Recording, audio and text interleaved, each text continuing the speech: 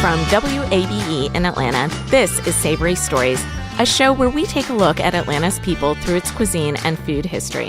On this podcast, we trace Atlanta's food story from the past to the present, getting to know Atlanta's culinary creators and demystifying stereotypes about food.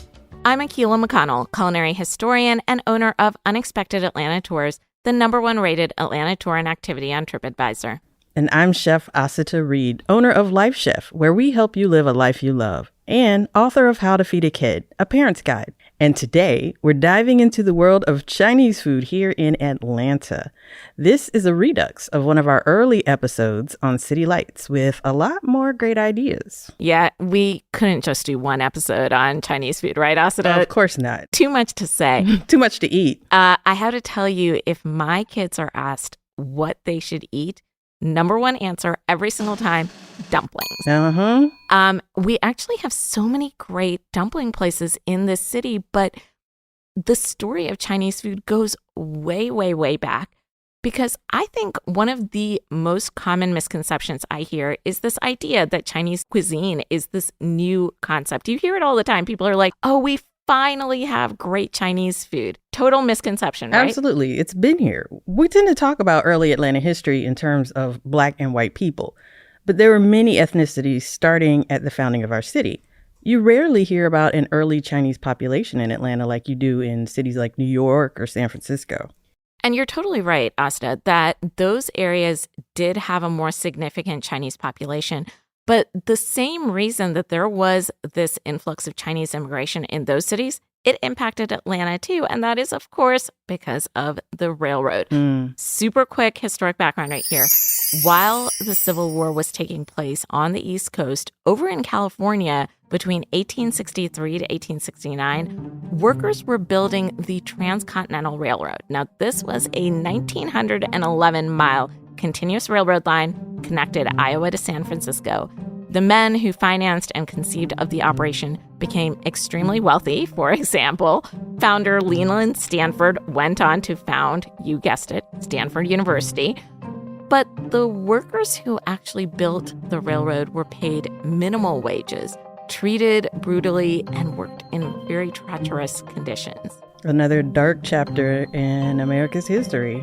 It is. And, you know, the interesting thing that we tend not to talk about is by 1865, 90% of the Transcontinental Railroad workers were Chinese immigrants, or approximately 15,000 to 20,000 young Chinese men. Wow. Now, many of them did stay on the West Coast, but others went on to work in railroads across the country. And, you know, of course, Atlanta was this railroad hub in the post-Civil War era. So, 1869, 4 years after the Civil War ended, the Southern railroads approved the use of Chinese workers on the railroads here in the South and here in Atlanta. So what was life like for those Chinese workers in Atlanta? So there isn't actually known a lot about them, but by early 1903, they had established what the newspapers called the Atlanta Chinatown. And this consisted of a general store, a Chinese grocer, laundry shops, what they called chop suey restaurants. Now, the most important of these business owners was a restaurateur named Joe Jung, and I would like to tell you just a little bit about him because he was a fascinating character. One of my, I think, favorite stories in all Atlanta history. Okay, spill the tea. Okay, so 1907, Joe Jung was the proprietor of 2 Chinese restaurants in downtown Atlanta. Those were called the Chop Suey Restaurant on Alabama Street and the Oriental Cafe on Ponce de Leon. He was a member of St. Mark's Church, and now here's the amazing thing. He had actually married a white woman named Layla. The couple had 3 children. Now, unsurprisingly, at the time, interracial marriage was illegal, but going back to what we said earlier, people tended to think about Black and white people, and they didn't know how to classify Joe. Joe was not Black. He was not white. He was Chinese. So the two of them married, and Layla, even though she received a lot of bad publicity, you know, she was barred from her local women's groups, she was a formidable woman. She was just unafraid of the gossip. She actually once said of Joe in the newspaper, and I'm going to quote this, "I married him because I loved him and because he was a good man. We have been very happy. I don't care what people say about me. Sounds like a love story to me, right? Mm-hmm. So he was also this very resourceful business owner. He soon developed his own restaurant business as one of the top in Atlanta. A 1916 article at the time said that high society girls would rather be seen in chop suey restaurants like his than at the local soda shops. Well, I'd rather be seen in a chop suey emporium than at a local soda shop. So there's that. But back then, the number of non-Black and non-white people in Atlanta was relatively small, and that led to a super interesting decision about Joe and his children. Joe actually successfully petitioned the city of Atlanta to integrate his mixed-race children into the schools back in 1913. That is almost 50 years before Brown versus Board of Education. He argued that his children should be considered white since the state only segregated between Black and white people. Actually, Joe won. What? He won. The court agreed and ruled that children of white women and men who are not Black may be considered white. Super strange time they were living in, right? So this was the first integrated children in the city of Atlanta. That's amazing.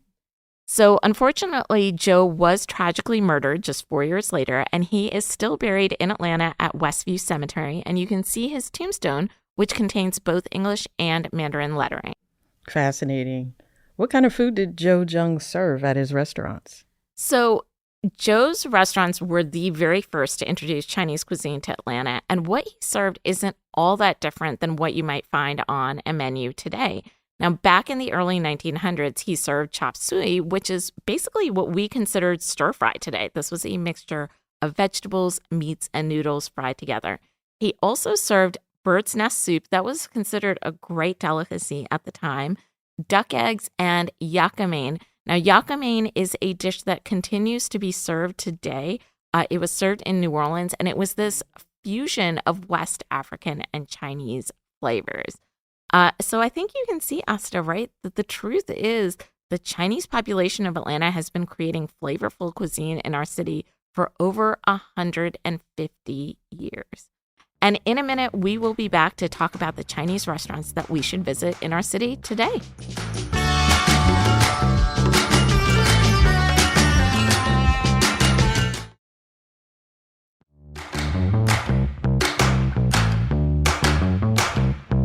A lot of what we instantly think of as Chinese food, like Friday night takeout with sesame chicken, beef and broccoli, shrimp lo mein, all of that falls under a really broad stroke that I've learned is Chinese American food.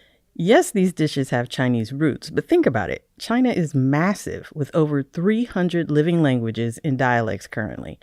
You mean to tell me that 1.4 billion people in different regions with various terrain are all making Kung Pao chicken exactly the same way? Of course not. So I think the lens through which we view Chinese food in America has gained finer focus as we, as a nation, as a state, as a community, drop the homogenous autopilot that a lot of American culture runs on. As we've expanded our boundaries and mindsets to be more global, we've stopped whitewashing cultures and began exploring and accepting their traditions, nuances, and diversity. It is such a good point that you actually have there because, when I was a kid, my family never went to Chinese food restaurants because my parents didn't like the flavor of soy sauce or MSG. And back in the 80s, that's what a lot of Chinese American restaurants used. Now, that homogenization of Chinese American food had started in the early 1800s, as we saw with Joe's chop suey restaurants. But even in the 1950s and 1960s, people in Atlanta did not know how to classify Chinese food. As you can see with the story of Joe Jung's children, Atlanta didn't know how to classify even Chinese workers in terms of the city's racial hierarchy. So in segregated Atlanta, Chinese restaurateurs had to operate in these segregated, historically Black communities. And that's actually why you used to find chop suey restaurants on Auburn Avenue. While you often hear people say that the Olympics created the internationalization of Atlanta, the truth is that Atlanta's Chinese community was expanding in both the 1970s and 1980s, way before the Olympics. It was back in the 80s that I first got a deep dive into Chinese cuisine. As a kid, I loved the Friday night takeout and even the mall food court versions of fried rice, egg rolls, Mongolian beef, all of that. Back then, we used to regularly eat at the Golden Buddha on Claremont Road in Decatur, and it's still there. That was, college staple back when I was at Emory. I thought I was so fancy ordering mushu shrimp and rolling it up in those wraps with the plum sauce. And to my young self, that was the height of Chinese food elegance. But my mom had a friend, Yin Tran, who had a very formal and traditional wedding, which took place over several days. And we were invited to one of the dinners, which was amazing. A 10-course feast that I will never forget. Each table was served these gigantic platters of just stunning food, artfully presented and elegantly served. And the flavors, everything was so distinct yet harmonious, and course after course just evolved into almost a story. I ate foods I'd never even heard of without any hesitation, and my little mind was just blown. I mean, it leveled me to my soul, and I have never forgotten about that glorious experience. And I have never forgotten the betrayal I felt after that, because if that was Chinese food, then what had I been eating? My whole life was a lie. So that fine-tuned my lens, and I began exploring more inside of that broad label of quote-unquote Chinese food. I learned there was Cantonese, Szechuan, Hunan, Taiwanese, and all these different flavor profiles and cooking methods. And even the dumplings would differ from restaurant to restaurant if I just got out of my cozy comfort zone and did some searching and some driving. I totally agree. Back in my 30s, when I was working as a freelance food writer, I spent a month traveling through China with my husband. Yeah, it was the best. I mean, man, the food was amazing. But the thing I think that was really interesting is each region's cuisine was so unique and differentiated because the foods eaten were very much regional and associated with those foods. So in the way that, here in the South, we consume grits, cornbread, and whiskey because we grow a lot of corn, in the Sichuan province, you would find a variety of spices in the cuisine, including cinnamon, cardamom, and of course, the very famous mouth-numbing hot Sichuan pepper. Love Szechuan peppers. And at Wei in Marietta, you'll find a really nice offering of Szechuan food. That is the best mapo tofu I have had to date, and I'll tell you why. It's not goopy, Goopy tofu is the problem. Yes. I agree. I mean, tofu is already an interesting texture, which I love it, and it makes it fun to eat, but it doesn't need a goopy sauce. Here, the tofu is combined with ground pork, and the sauce pulls it all together like a hug. The Szechuan peppers are spicy and tingly and numbing, and they evoke a level of euphoria that just keeps you coming back for more. What do you like for in-town Chinese spots that do amazing cuisine? My pick, High. I mean, High indicator, wow. The dumplings are on point. Everything is handmade. I also really like goose dumplings. The original location was on Beeford Highway, but they have a outpost at Krog Street Market. Super delicious. They're just consistently good, always good, and relatively affordable. Goose also has a hand-pulled noodle dish. Yeah. It's spicy, but it is really good. It's the texture of the noodles. Like if you're, a noodle fan like you are, it's all about the texture. It's all about the chew, and that is a bowl of happiness. I agree. Yeah. The other place I like is Gia over at Pond City Market. That's a good one, too. Yes, I have a standing order at Gia. We always get the tea smoked duck and the bamboo fish. We've tried to adjust the bamboo fish because it is spicy. It's another Szechuan location.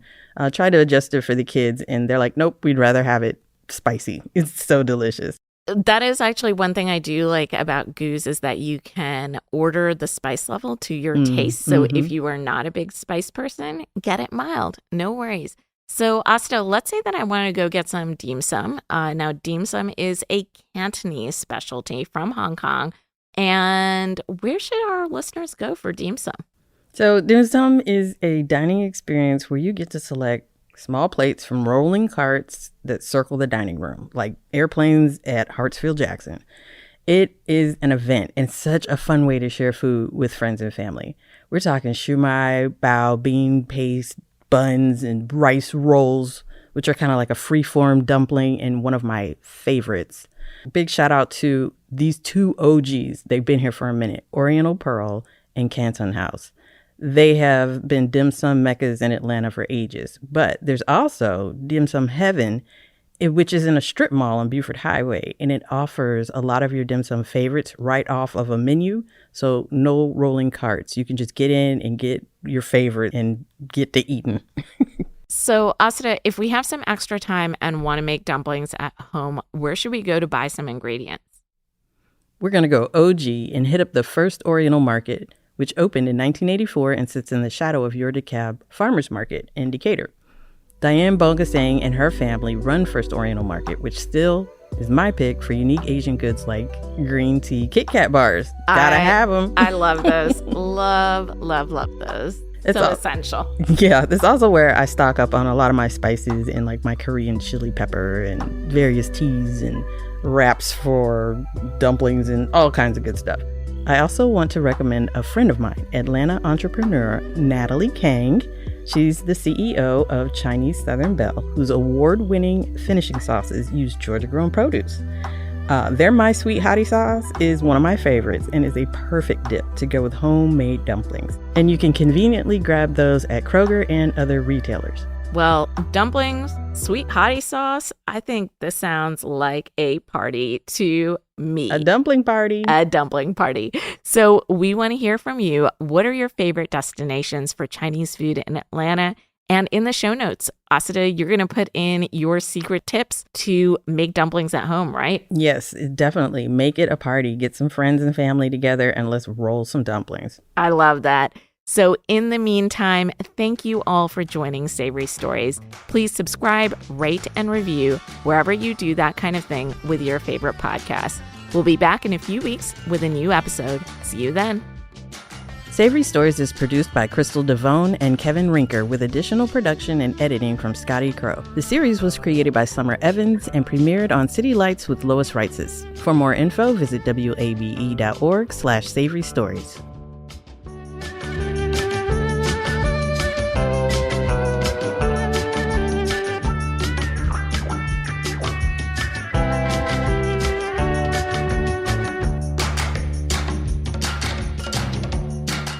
WABE.